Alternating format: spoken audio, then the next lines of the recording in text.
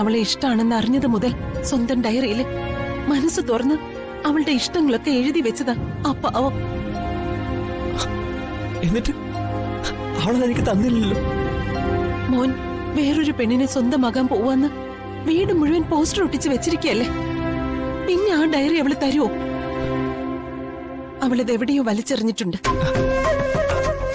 ചന്ദ്രാമ്മ, മനസ്സിനകത്ത് മൂടി വെച്ചിരിക്കുന്ന പ്രണയത്തിന് അർത്ഥവും മൂല്യവും ഒന്നുമില്ല.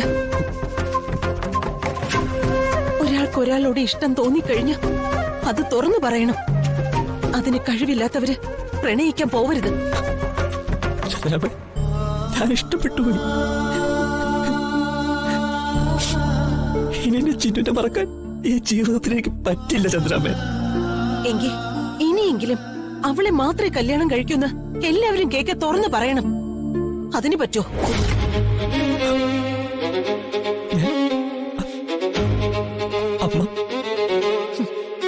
അമ്മ ഇത്രയും പേടിയുണ്ടെങ്കിൽ പിന്നെ അമ്മയെ അനുസരിച്ച് കഴിയണം. നീ എനിക്ക് തന്ന വാക്കുകൾ ഓർമ്മയുണ്ടല്ലോ. ഇനി ആ വേലക്കാരി പെണ്ണിനോട് സംസാരിക്കുവാനോ കമ്പനി കൂടുവാനോ നീ ശ്രമിക്കില്ല എന്ന് എന്റെ കയ്യിൽ തൊട്ട് സത്യം ചെയ്തവനാ നീ. എനിക്ക് തന്ന വാക്ക് തെറ്റിച്ച് നീ ആ വേലക്കാരി പെണ്ണിനോട് സംസാരിക്കുവാനോ കൊഞ്ചിക്കുഴയാനോ തമാശ പറയാനോ മെനക്കെട്ടാൽ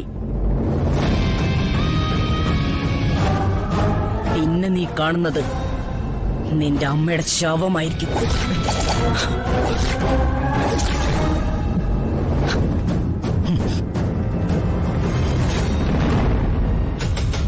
രമാദേവി ഒരു വാക്ക് പറഞ്ഞ അത് വാക്കാ.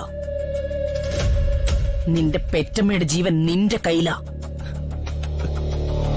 നിന്റെ അമ്മയുടെ മരണം നിശ്ചയിക്കുന്നത് നിന്റെ പ്രവൃത്തിയായിരിക്കും. ഓർമ്മയിരിക്കട്ടെ, എന്തു വേണമെന്ന് നിനക്ക് തീരുമാനിക്കാം.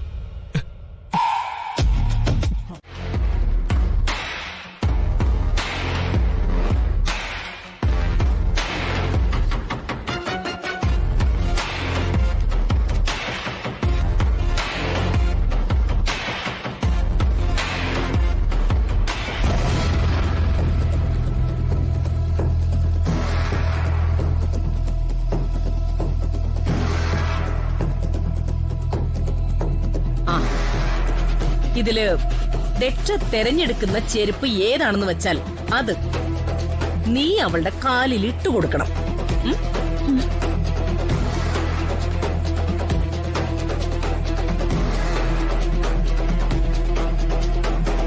കേട്ടില്ല? നിന്റെ മറുപടി എന്താണെന്ന് ഞാൻ കേട്ടില്ല. ഉറക്കെ പറയും. എല്ലാവരും കേൾക്കട്ടെ.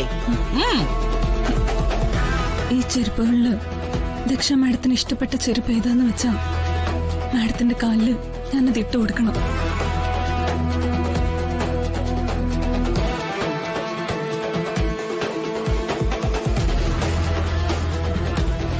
അത് മാത്രം പോരാ, അവളുടെ കാലിലെ നഖങ്ങൾക്ക് നീ നെയിൽ പോളിഷും ഇട്ടുകൊടുക്കണം.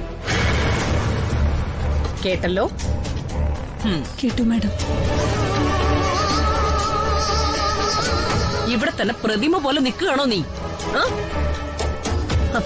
എത്ര നേരമായിട്ട് ദക്ഷമോള് കാത്തിരിക്കുന്നു. വേഗം പോ. എന്നിട്ട് പോയി അവളെ അണിയിച്ചൊരുക്കണം. അത് ചെയ്യേണ്ടത് ഇവിടെ നീയാണ്. കാരണം എന്റെ മകൻ മഹി കെട്ടാൻ പോകുന്ന പെണ്ണാണ് അവള്.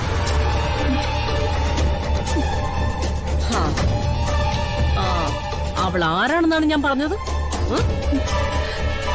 മാഡത്തിന്റെ മകൻ മഹിസാറ് കല്യാണം കഴിക്കാൻ പോകുന്ന പെണ്ണ്. അതെപ്പോഴും നിനക്ക് ഓർമ്മ വേണം. പോയിക്കോ.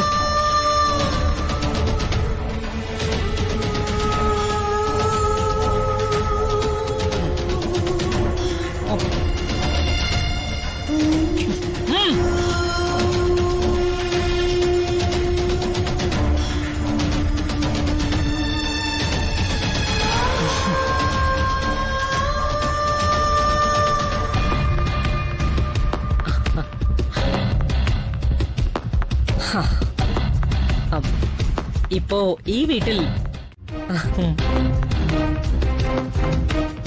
എന്റെ ഭർത്താവിനും ഇളയ മകൻ മഹിക്കും താഴേക്കിടയിലുള്ള പാവങ്ങളെ കണ്ടു കഴിഞ്ഞാൽ ഭയങ്കര സിമ്പതിയാ.